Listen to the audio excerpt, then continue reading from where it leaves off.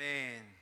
오늘 5월 첫 주입니다. 사도행전 17번째 시간으로 오늘 같이 말씀 나누도록 하겠습니다. 지난주까지 사도행전에 나오는 베드로의 두 번째 설교를 저희가 같이 살펴보았습니다. 그 내용 중에 이런 구절이 있었지요. 형제들아, 너희가 알지 못하여서 그리하였으며 너희 관리들도 그리한 줄 아노라. 예수님을 십자가에 못 박은 로마 관리들, 그리고 많은 사람들을 향하여 베드로가 했던 말, 예수님께서도 십자가상에서 동일하게 하셨던 말이 무엇이었습니까? 그들이 알지 못하여, 무지하여 예수님께서 하나님의 아들이심을 그들이 알지 못하였기 때문에 이러한 일을 했다라는 것을 설명해 주고 있습니다. 여러분, 우리의 잘못, 우리의 죄악, 우리의 무지였지만 하나님께서는 그 실수와 잘못마저도 스스로에게 돌리세요. 오히려 너희가 몰라서 그랬다, 내가 잘못 가르쳤다, 내가 더 가르쳤어야 했는데 그것이 부족했다라고 하십니다. 이것이 기독교에서 말하는 하나님의 성품이에요.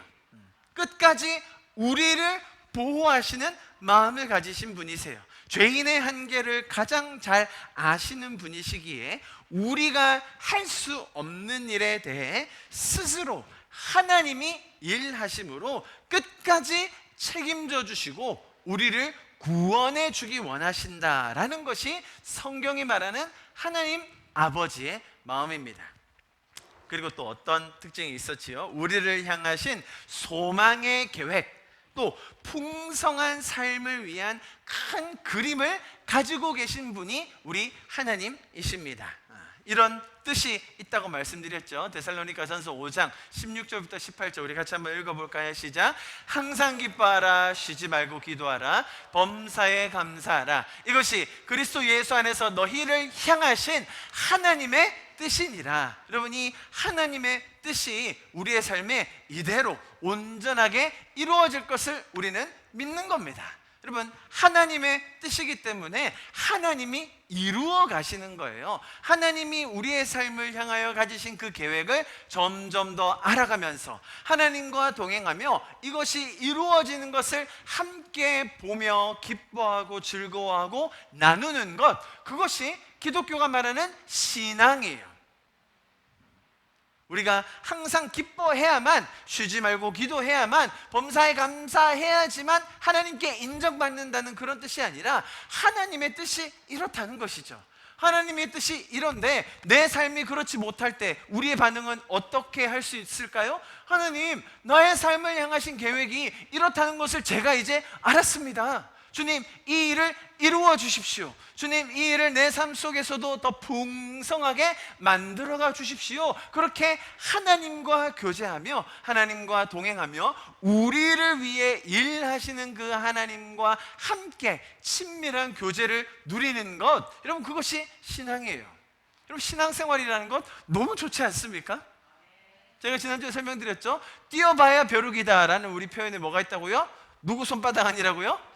부처님 손바닥 아니라는 거죠. 내가 뭘 한다 한들 다 부처님 손바닥 아니기 때문에 해도 되는 게 있고 해도 안 되는 게 있어. 그냥 대충 물 흐르는 대로 순리에 따라 그렇게 살아라는 것이 우리 동양적인, 또 불교의, 유교에 많이 깊숙이 들어있는 그런 생각이에요. 그런데 기독교에서 말하는 이 하나님의 뜻이라는 것은 조금 결이 달라요.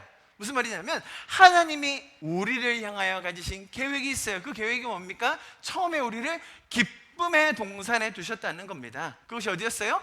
에덴 동산이라는 거예요. 우리를 향한 계획, 소망과 기쁨과 감사와 지금 말하는 항상 기뻐할 수 있는, 범사에 감사할 수 있는 그 뜻을 하나님이 직접 이루어 가시겠다는 거예요. 그런데 세상이 말하는 다른 신과 성경의 하나님이 다른 이유가 뭡니까? 이러한 놀라운 계획을 가지고 있을 뿐만 아니라 그것을 이루어 가실 능력이 있으신 분, 또한 그것을 이룸에 있어서 강압적으로, 억지로, 내가 원하지도 않는데 그것을 이루는 분이 아니라 인격적인 성품을 가지셔서 우리와 함께 그것을 이루어 가기 원하시는 분.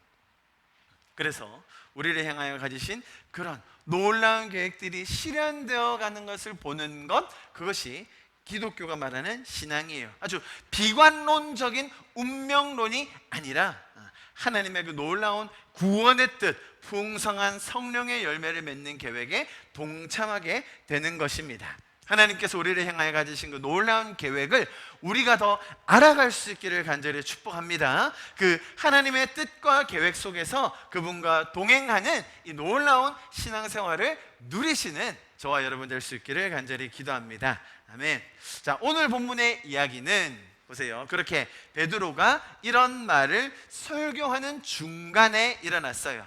그죠? 베드로가 성전에 기도하는 시간에 맞춰서 올라가고 있었습니다. 그런데 성전 문 앞에 안진뱅이가 있었어요. 날 때부터 장애를 가진 사람이었죠. 사람들은 그러려니 하고 지나가고 있었는데 베드로와 요한은 그것을 그냥 지나가지 못했어요. 그를 불쌍히 여기고 긍휼히 여겨서 금과 은보다 더 소중한 예수 그리스도의 이름으로 행해지는 구원이라는 것을 주었어요. 그랬더니 사람들은 그 구원이 뭔지, 신앙이 뭔지는 관심 없었고, 기적이 일어났다, 놀라운 일이 일어났다는 것에 집중하여 많은 사람이 모였었죠. 그래서 베드로는 그 모인 사람들에게 자초지종을 설명하고 있었어요. 여러분들, 우리에게 능력이 있다고 보지 마십시오. 우리도 똑같은 자였습니다. 그런데 하나님께서 우리에게 은혜를 주셔서 지금 말씀드린 이런 놀라운 성품의 하나님이 이 일을 이루신 것입니다. 당신들은 몰라서 예수 그리스도를 죽였지만 하나님께서 그 아들을 다시 살리셔서 지금 이러한 일이 일어난 것입니다 라고 말하는 그 말 중간에 오늘 본문이 있었던 거예요.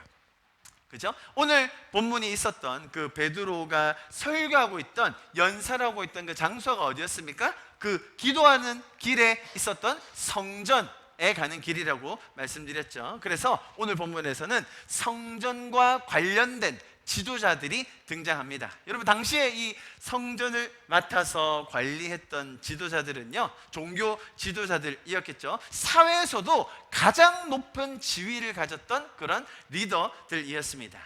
그들은 사람들을 감옥에 넣을 수 있는 권한도 있었습니다. 또 일반인들의 삶에 큰 영향을 끼칠 수 있는 많은 것을 결정할 수 있는 그런 절대적인 권위를 가지고 있었던 사람들이 이 종교 지도자들이었어요. 자, 오늘 본문입니다. 1절, 2절. 사도들이 백성에게 말할 때에 제사장들과 성전 맡은 자와 사두개인들이 이르러 라고 돼 있지요. 자, 이 지도자들의 반응을 단적으로 보여주는 표현이 2절에 나옵니다. 2절 보세요. 이 지도자들이 베드로와 요한이 그렇게 말하는 것을 보고 왔는데 2절에서 뭐라고 합니까? 예수 안에 죽은 자의 부활이 있다고 백성을 가르치고 전함을 어떻게 했다고요? 싫어했다. 당시 최고 지도자들이었던 종교 지도자들, 사회 지도자들이 이 베드로와 요한이 하는 행태를 보니 어땠다고요? 너무 싫어했다라고 아주 명백하게 표현해주고 있습니다.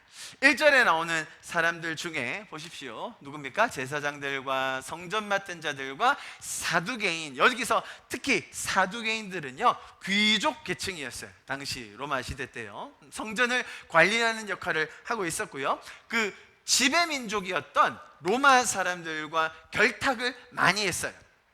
그러다 보니까 상당한 부와 권력을 가지고 있었던 사람들이었죠. 그런데 이들이 가진 신학적인 또 특징이 하나 있었는데 그게 뭐였는지 기억나십니까? 사두개인들이 뭘 안 믿었죠? 부활을 믿지 않았어요.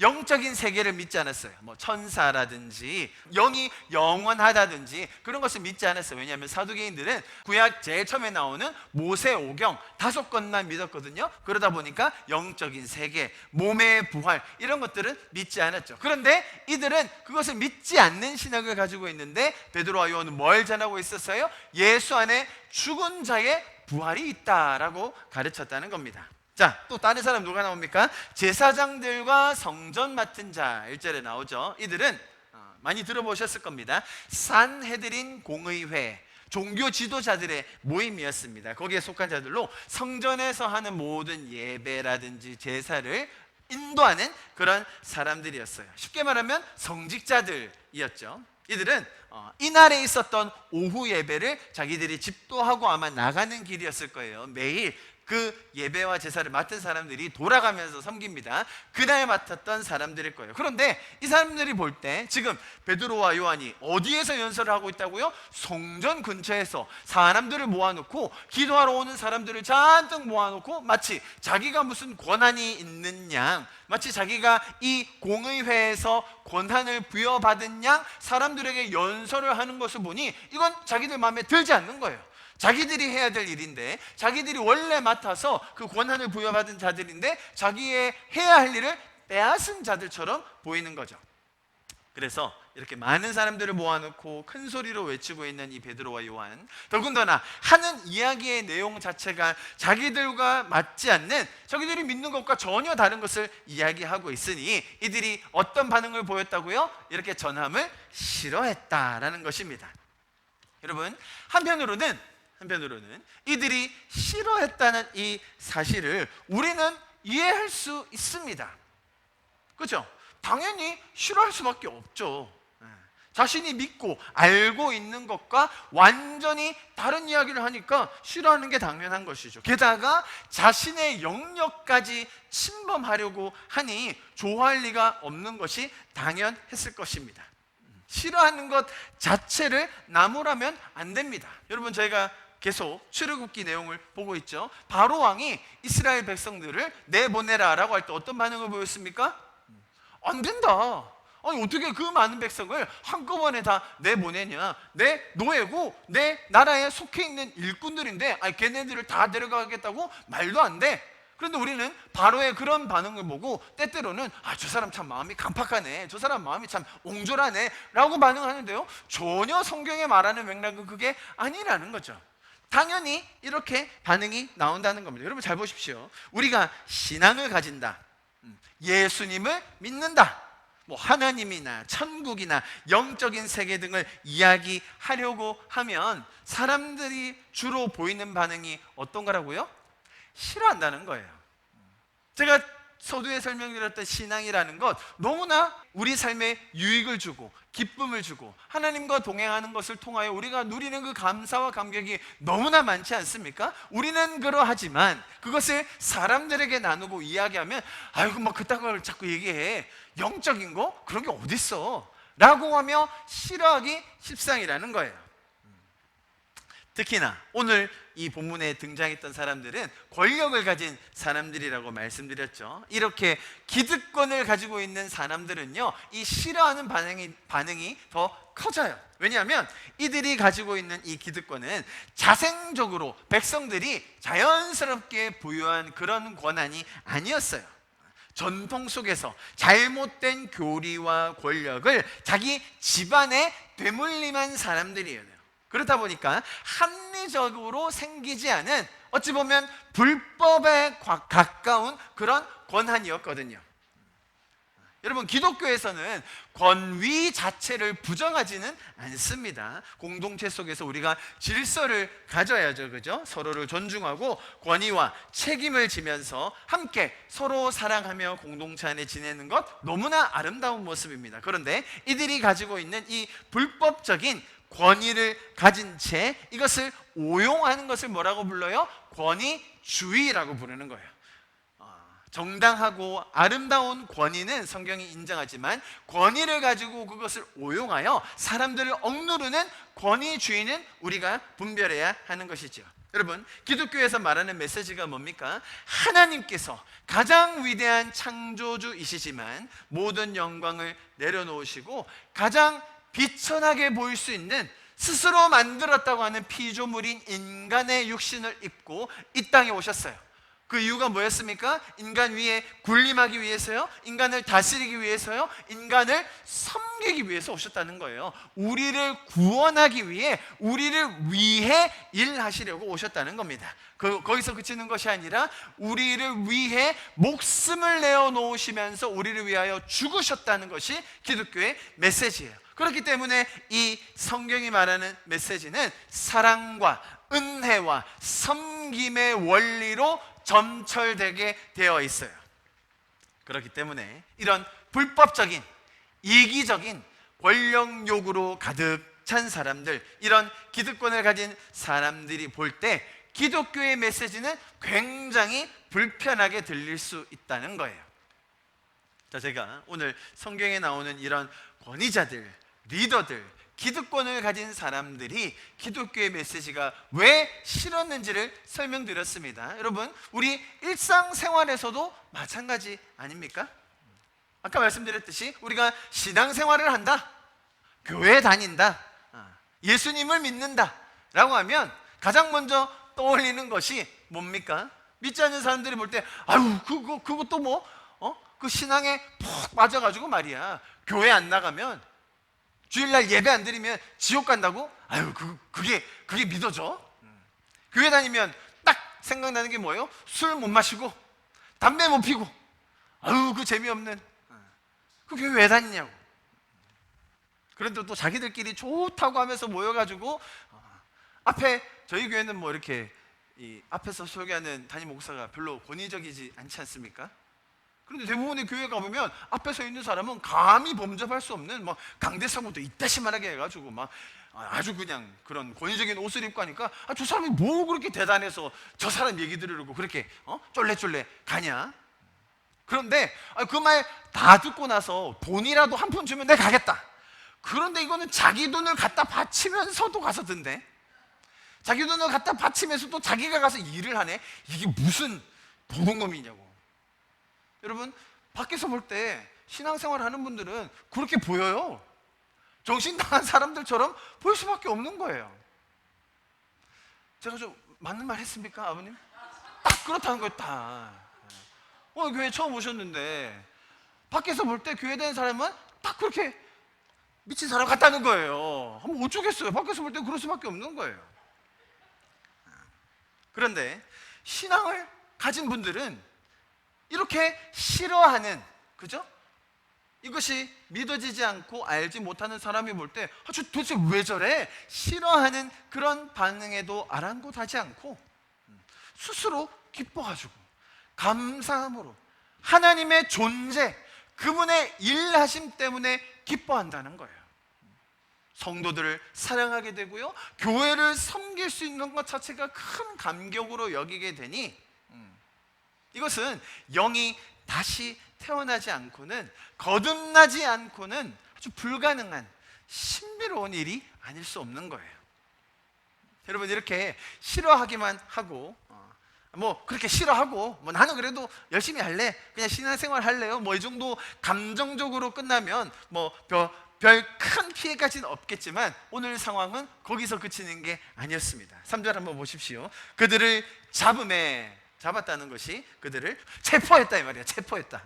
체포해가지고 잡음에 이미 날이 저물었으므로, 그 예배 제사를 마치는 한 3시 4시쯤 되면 뭐 지금 공무원들이 그런 것처럼 다 일이 끝나기 때문에 재판이나 뭐 할 수는 없어요. 그러니까 다음 날이 기약하면서 일단 감옥에 가두었다는 거예요. 자, 말씀드렸듯이 이 종교적인 권력을 가지고 있었던 이 산헤드린 공회 사람들은 사람들을 체포할 권한을 가지고 있었어요. 그래서 마음에 들지 않는 이 무리들을 그냥 감옥에 가둬 넣어버릴 수 있었다는 겁니다. 자, 그런데 아주 재밌는 것은 예수님께서 이 일을 이미 미리 말씀하여 주셨다는 겁니다. 한번 보십시오. 누가복음 21장 12절에 뭐라고 이야기합니까? 같이 한번 읽어봅시다. 시작. 이 모든 일 전에 내 이름으로 말미암아 너에게 손을 대었다는 게 그런 체포한다는 그런 뜻이에요.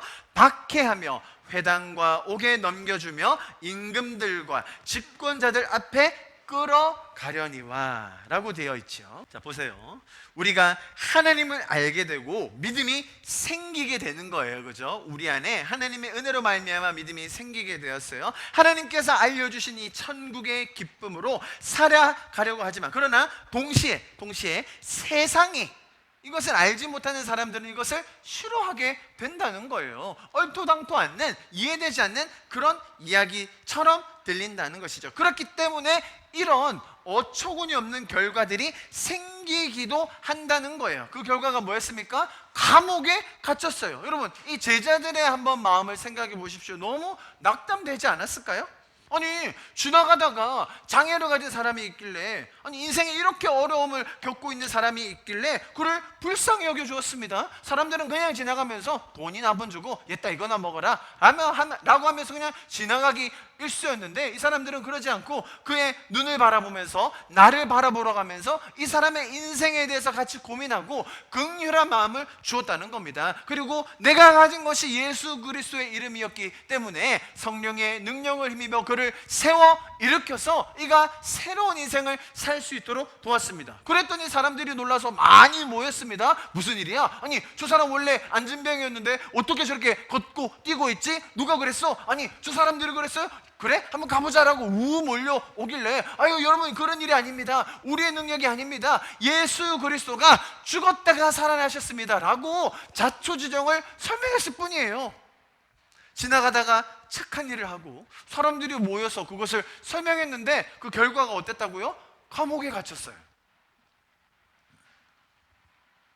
여러분, 이 일을 당하고 있는 제자들의 스승이었던 예수님도 동일한 상황을 겪으셨습니다. 아니 감옥에 갇히는 것보다 훨씬 잔혹한 사형을 당하셨어요. 그게 얼마 되지 않은 일이었습니다. 제자들이 감옥으로 들어가는 이 발걸음 속에서 그런 동일한 사형을 언도받는 일이 일어날 것이라는 두려움 느끼지 않았을까요? 여러분, 우리 인생에서도 너무나 비슷한 일들이 많이 일어납니다. 정말 선한 마음으로 좋은 일을, 착한 일을 내 삶 속에 하나님께서 주신 은혜 때문에 그분께서 인도해 가시는 그 발걸음을 쫓아서 또 하나님이 공급해 주시고 말씀해 주시는 것을 따라서 나에게 주신 사명을 따라 그렇게 사는데, 그 과정 속에서 이해할 수 없는, 합리적이지도 않고 내가 소화해내기 그런 어려운 일들이 너무나 많이 일어납니다. 세상이 싫어하기도 하고요, 또 이런 죄적인 시스템과 죄의 결과로 인해서 우리의 삶에는 괴로움과 고통이 끊이지 않는다는 것이 우리 현실임을 많이 깨닫게 됩니다. 여러분, 그러나 예수님께서는 이러한 일이 일어날 것이다 라는 것이 끝이 아님을 이어서 바로 설명해 주세요. 보십시오. 누가복음 21장 12절에 이어서 13절, 이 일이 도리어 너희에게 증거가 되리라. 너희가 이해하지 못하는, 합리적이지도 않은 죄의 결과로 세상이 싫어하기 때문에, 혹은 나의 죄적인 선택 때문에 일어나는 이러한 안타까운 일들, 괴로운 일들이 거기서 그치는 것이 아니라 도리어 너희에게 증거가 될 것이다 라고 설명해 주고 계십니다. 여러분, 요즘에 유튜브도 많이 보시고 기독교 방송 많이 보실 텐데요, 보다 보면 간증하시는 분들 많으시죠? 간증하는 프로그램이 굉장히 인기예요. 막 이런 다양한 일을 겪으셔서 그 일을 나누는, 하나님께서 인도하신 간증을 하신 프로그램이 요즘 들어 더 인기인 것 같습니다. 저도 종종 보곤 하는데요, 간증하시는 분들의 이야기를 그냥 아주 쉽게 설명하면 그거예요. 인생에 굉장한 어려움이 있었는데, 아주 큰 위기가 있었는데 하나님이 이렇게 나를 인도해 주셔서 제가 지금 이 자리에 있습니다. 거기 간증에 나오시는 분들 중에요, 어려움을 겪지 않은 분 단 한 분이라도 있던가요? 그렇죠? 고난과 힘든 시절을 겪지 않은 분이 한 명도 없더라고요. 자, 여러분 보십시오. 대부분은 그런 일들이 사실은 나의 무지와 나의 죄적인 선택 때문에 오는 경우가 많아요. 여러분, 그런 고난을 하나님께서 일부러 주신 것이 아닙니다. 내가 하나님의 뜻을 몰라서, 내가 하나님의 계획을 모르고 하나님의 마음을 모르니까 내 마음대로 내 죄적인 선택에 따라갔을 때 꼭 그 죄에 대한 결과가 따르기 마련이죠.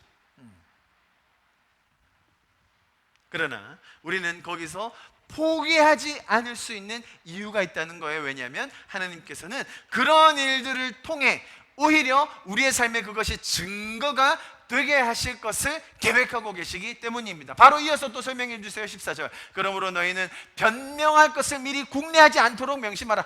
내가 왜 이런 일을 겪었냐면요, 사실은 뭐가 있었는데 이래가지고 저래가지고 내가 이러지 않았어도 되는데 그래가지고 이렇게 됐어요. 변명하지 않아도 됩니다. 왜요? 15절 같이 읽어봅니다. 시작. 내가 너희의 모든 대적이 능히 대항하거나 변박할 수 없는 구변과 지혜를 너희에게 주리라. 하나님께서 우리의 대적들이 우리를 모함하고 우리를 정죄하려고 할 때 그 상황을 가장 지혜롭게 말할 수 있는, 설명할 수 있는, 극복할 수 있는 승리를 주실 거라고 우리에게 약속해 주셨다는 것입니다. 하나님께서 하셨다는 그런 간증, 하나님께서 이루셨다는 그런 고백들을 하게 될 줄 믿습니다. 우리가 가장 먼저 기억해야 할 것은 하나님께서 살아계시고 우리를 위해 일하고 계신다는 사실입니다. 하나님께서 우리를 향해 가지고 계신 그 놀랍고 풍성한 계획을 조차 우리가 하나님과 동행하며 하루하루 함께 걷는 것, 여러분 그것이 가장 기본적인 신앙생활이에요. 그런 하나님을 더 알아가는 과정을 통해 인생의 어려움들과 이해할 수 없는 상황을 증거로 바꾸어 가실 하나님을 기대하고 찬양합니다. 자, 보십시오. 이렇게 제자들이 갇히게 되었는데요, 바로 이어지는 그 오늘 본문의 상황이 참이 하나님의 마음과 위트를 보게 합니다. 제자들은 낙담했을 거예요. 아니 왜 이러지? 왜 이런 상황이 벌어지지? 아니 어떻게 이렇게 될 수가 있지? 자기들은 이렇게 선한 일, 착한 일을 했을 뿐인데 감옥에 가두다니, 아무리 그런 권위가 있고 권한이 있어도 말이야, 우리같이 선량한 사람을 이렇게 해도 돼? 라는 그런 마음이 일말은 들었겠죠. 그런데 바로 이어서 나오는 설명이 너무 놀라워요. 4절 같이 읽어봅시다. 시작. 말씀을 들은 사람 중에 믿는 자가 많으니 남자의 수가 약 5천이나 되었더라. 이 하나님의 일하심을 보는 장면입니다. 이 와중에 믿는 사람들이 더해졌다는 거예요.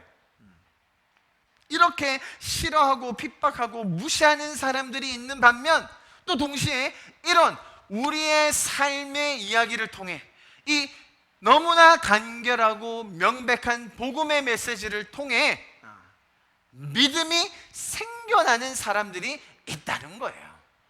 할렐루야.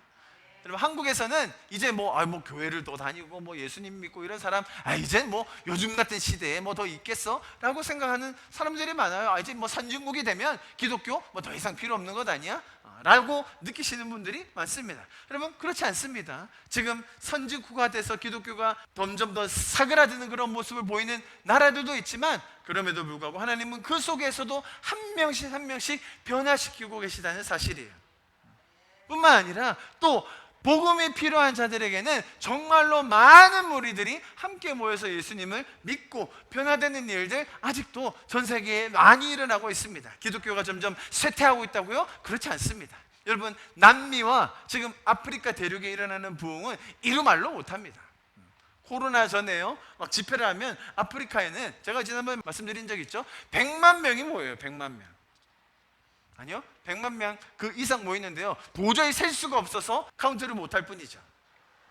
하나님은 지금 이 순간에도 일하고 계시고, 이런 스토리들을 통해, 복음을 통해 변화되는 믿음이 생기는 사람들이 늘고 있다는 거예요. 자, 여러분 지난 사도행전 2장 성령이 임하셨던 오순절 사건 기억하시죠? 그때 믿는 자, 침례를 받았던 자가 3,000명이 되었었습니다. 그때 가장 놀랬던 사람이 제가 누구라고 설명드렸죠?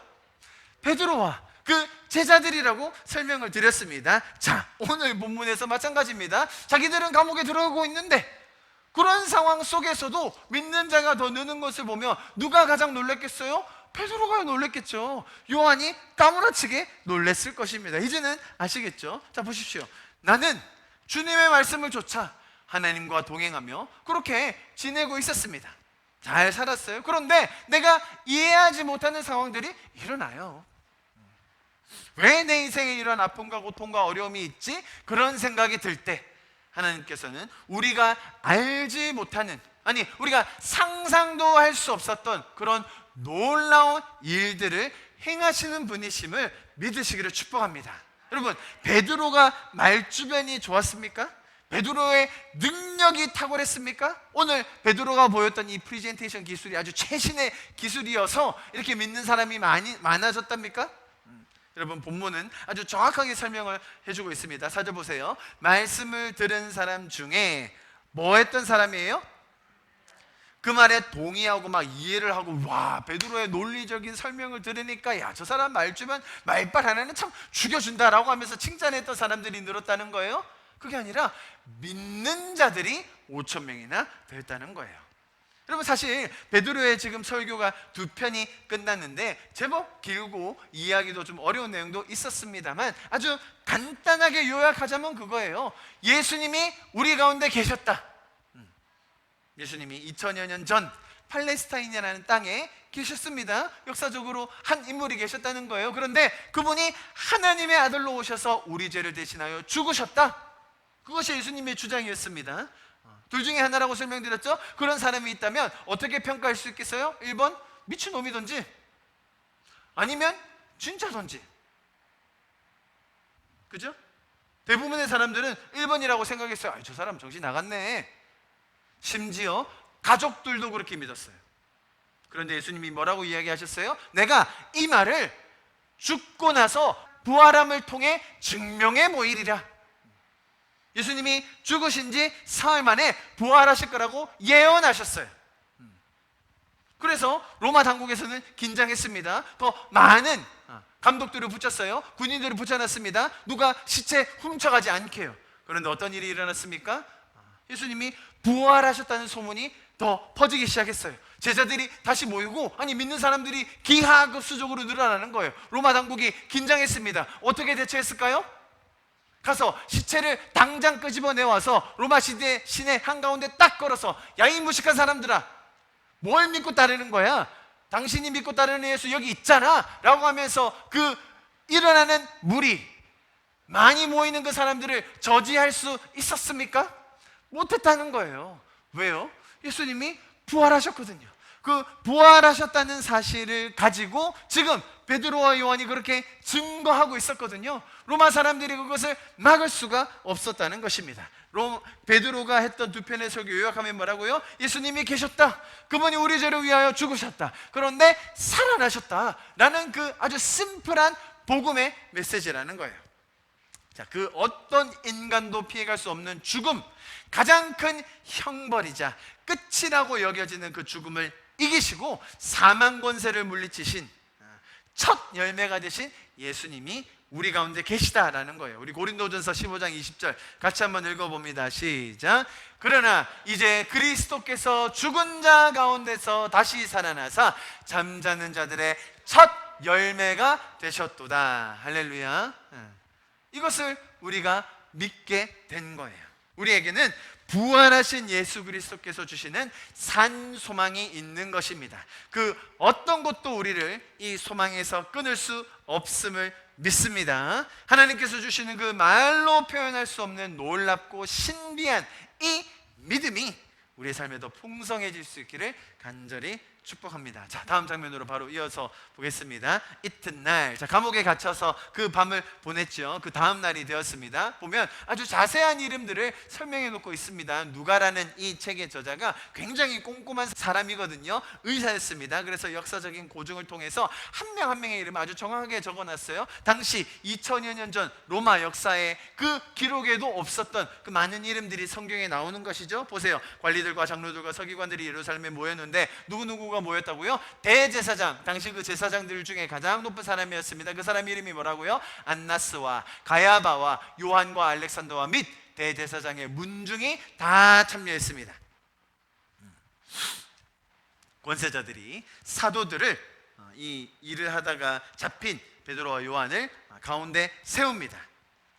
최고 법정인 산헤드린 재판의 모습을 아주 정확하게 보여주는 장면이에요. 한번 상상해 보시기 바랍니다. 이 대제사장들 굉장한 권위를 가지고 있는 사람들입니다. 당시 로마 시대 때 이런 입었던 옷 기억하시죠? 이렇게 길게 해가지고 아주 권위 있는 풍채 있게 그 사람들이 누그럽게 이렇게 반원으로 이렇게 쭉 앉아 있는 거예요. 그 사람들은 단상 위에 있겠죠. 아주 높은 자리에 있으면 가장 밑에 이 피고인들, 죄인들을 가운데 딱 세우는 거예요. 아주 이 시설 자체에, 이 모임 자체에 압도될 수 있도록 그들을 정죄하고 판단할 수 있도록 하는 그 세팅이에요. 자, 그런 자리에서 7절 사도들을 가운데 세웠어요. 그래서 뭐라고 부릅니까? 묻되 너희가, 여기서 너희가라고 하니까 우리는 그냥 뭐 당신이라고 생각할 수 있지만 너희 같은 놈들이 라는 어감이에요. 너희 같은 놈들이 무슨 권세, 누구의 이름으로 이런 일을 하는 거야? 질문이라기보다는 이들을 몰아세우고 나무라고 판단하고 정죄하는 이 기운이 느껴지십니까? 좀 더 와닿게 표현하면 이렇게 될 수도 있겠죠. 너희들이 뭔데 감히, 응? 자기들은 뭘 그렇게 잘한다고 말이야? 어디 다른 사람들 앞에서 떠들고 까불어? 여러분, 이런 말들 세상을 살다 보면 많이 듣게 되죠. 신앙뿐만 아니라 사람들은 이런 표현을 참 잘해요. 네가 뭔데?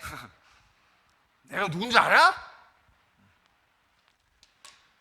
어떨 때는 타인, 외부로부터 그런 소리를 듣기도 하지만 나 스스로도 그런 자책을 많이 하게 돼요. 내가 뭐라고? 내 꼬라지가 그렇지 뭐. 내가 해봐야 뭐 되겠어? 이런 낮은 자존감, 자책감, 신앙 안에서의 이 죄책감을 외부의 공격, 또 내적인 갈등으로 가지게 되는 경우가 허다합니다. 자, 이때 베드로가 이런 강압적이고 압도되는 분위기, 스스로 헤쳐나오고 돌파하기 어려운 이런 심리적인 압박 속에서 너무나도 명쾌한 설명과 변호를 하게 됩니다. 자, 그 내용은 다음 주에 보겠습니다. 그 내용은 다음 주에 보고요. 오늘은 그 시작점만 같이 볼 텐데요. 8절에서 이렇게 설명하고 있습니다. 보십시오. 이에 베드로가 성령이 충만하여 이르되 라고 이야기합니다. 자, 이런 어려운 상황, 우리 스스로의 힘으로 이기기 힘든 환경, 인생의 난관들이 있을 때 그것을 이겨내고 승리할 수 있는 비결, 방법, 비책이 뭐라고 한다고요? 성령이 충만했다 라는 이야기 많이 들어보셨을 겁니다. 아마 여기까지는 말이 돼요. 자, 그런데 그렇게 하고 나면 다음에 이런 이야기가 또 나와요. 자, 그러면 어떻게 하면 성령 충만 받을 수 있죠? 그렇게 질문하고 나면 이제 부흥 강사님이나 목회자에 따라 그 방법이 다 자기 경험에 따라 너무 많은 레파토리가 나옵니다. 어떤 사람은 당연히 성령 충만을 받기 위해서 금식했을 거고요. 어떤 사람은 철야 기도를, 어떤 사람은 새벽 기도를 아주 오랜 기간 동안 했을 거고요. 어떤 사람은 산에 올라가서 소나무를 뽑았을 거고요. 아주 극단적인 헌신과 순종, 뭐든 간에 그런 성령의 충만을 받으려면 뭔가를 해야 한다라는 쪽으로 결론이 나기 쉬워요. 자, 그분들이 말씀하시는 이 방법들이 뭔가 비슷한 공통 분모가 있기도 한데 사람마다 다 다르게 이야기하는 거예요. 자, 여러분 잘 들어보십시오. 지금 이런 너무나 압도되는 강압적인 상황에서 베드로가 정말로 명쾌한 설명과 변호를 하게 되는데 그때 성령의 충만함으로 이 일을 할 수 있었습니다. 자, 그런데 성령의 충만함을 받기 위해서 우리가 무언가 해야 된다. 우리가 뭔가를 드려야 한다. 내가 열심히 뭔가를 해야 한다라고 말하는 것은 기독교의 메시지가 아닙니다. 굉장히 잘못된 신앙에 대한 이해예요. 여러분 잘 들어보십시오. 기독교의 메시지, 이 성경의 메시지는 처음부터 끝까지 하나님께서 은혜로 일하신다는 거예요. 은혜가 뭡니까? 받을 자격이 없는 사람에게 주시는 하나님의 선물이라는 겁니다. 우리의 어떠함 때문이 아니라 하나님의 그 놀라운 계획과 우리를 향하여 처음부터 가지고 계셨던 그 기쁨의 계획으로 인해 우리를 위해 날마다 일하시는 분, 그분이 하나님이십니다. 그래서 이 기독교의 메시지가 놀라운 것이며, 그래서 우리는 하나님을 인격적으로 더 사랑하고 좋아하고 따를 수 있게 된다는 거예요.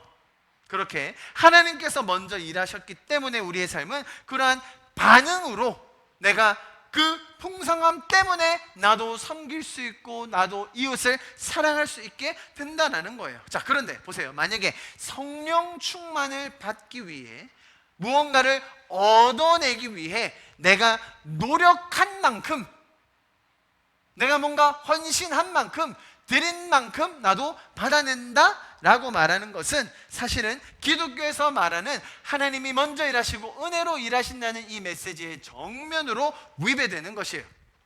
여러분 잘 들어보십시오. 타 종교는, 세상에 있는 모든 종교는 다 그렇게만 이야기해요. 무슨 말이냐면 내가 일한 만큼 복을 줘요. 내가 갖다 바친 만큼 보상해 줍니다. 내가 갈고 닦은 만큼만 깨닫는 거예요. 그게 세상의 원리 아닙니까? 지성이면 감천이고요, 뜻이 있는 곳에 길이 있고요, 공든 답이 안 무너지는 거고요, 진인사 대천명이고요, 세상에 공짜는 없는 거예요. 다 말이 되죠? 세상에서 말하는 원리는 다 이렇다는 거예요. 하나도 빠짐없이. 공짜가 어디 있어? 성령 충만 어떻게 공짜로 받아요? 내가 뭔가를 열심히 해야 받는 거 아니에요? 내 인생에 복이 오려면 나도 열심히 뭔가를 해야 받는 거 아니에요? 내가 벌을 받지 않으려면 내가 뭔가 열심히 빌었어야 되는 거 아니에요? 세상은 다 그렇게 얘기한다는 거예요.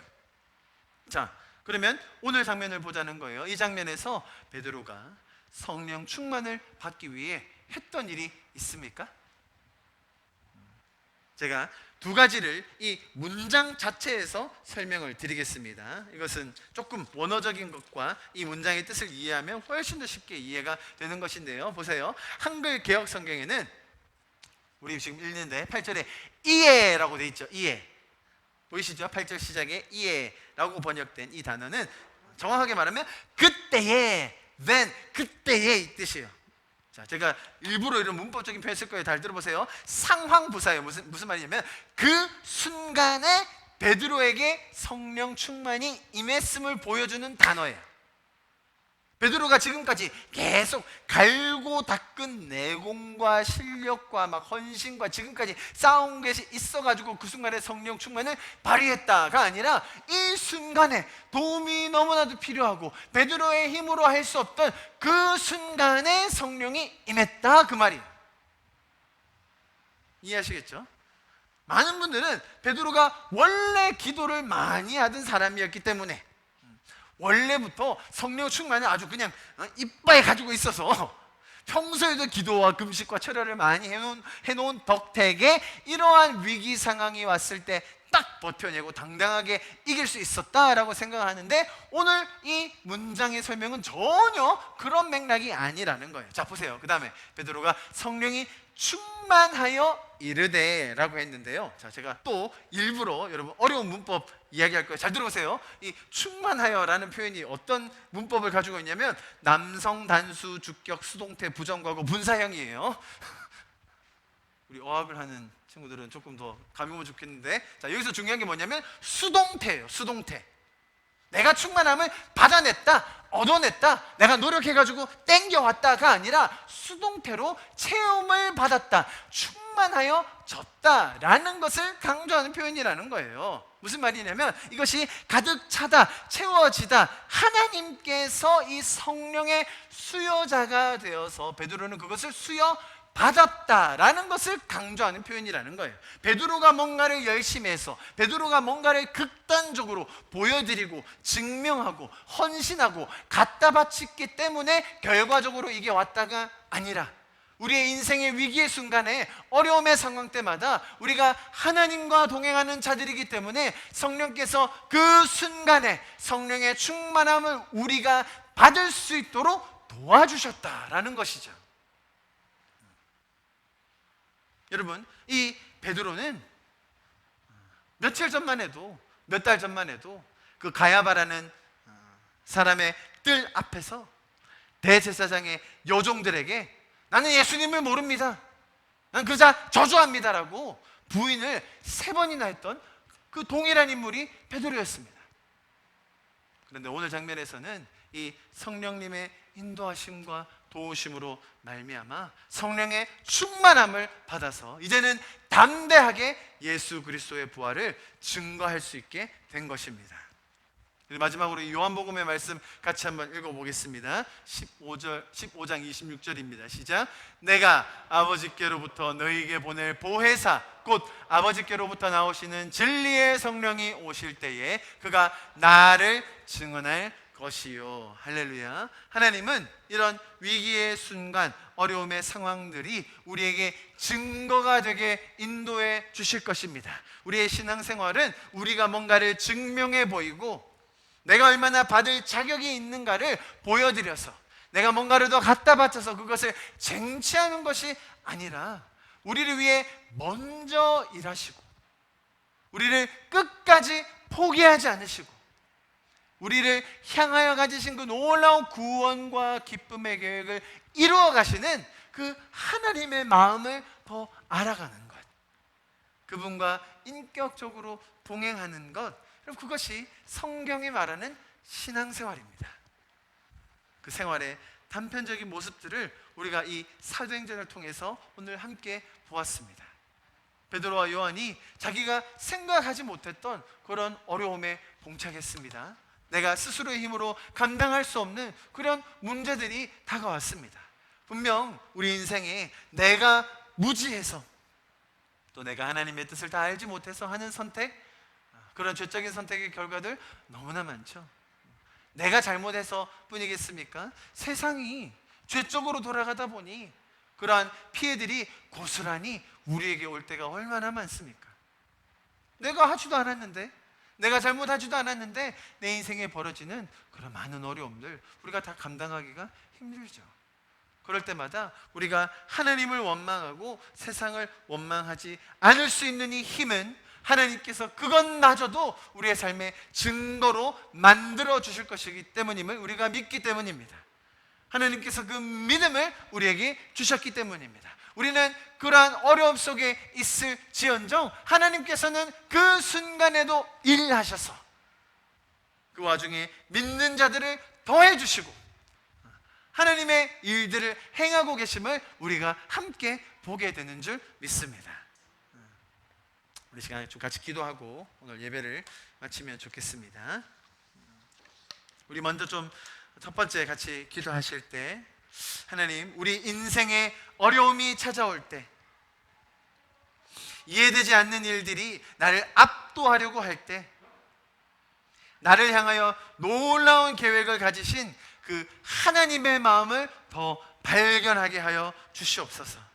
신앙생활이라는 것이 내가 뭔가를 더 해드리고 나를 증명해드리고 내가 극단적으로 뭔가를 해서 하나님의 그 축복을 쟁취하는 것이 아니라, 얻어내는 것이 아니라, 오히려 이 세상의 어려움과 난관 속에서 하나님의 놀라운 계획을 더 발견하여 하나님과 동행할 수 있는 우리가 되게 하여 주시옵소서. 그 하나님의 마음을 더 발견하게 하여 주시옵소서. 우리가 하나님의 마음을 더 알아갈 수 있게 해달라고 이 시간 그것을 위해서 먼저 좀 같이 기도하시면 좋겠습니다. 기도하시겠습니다. 사랑하시는 주님,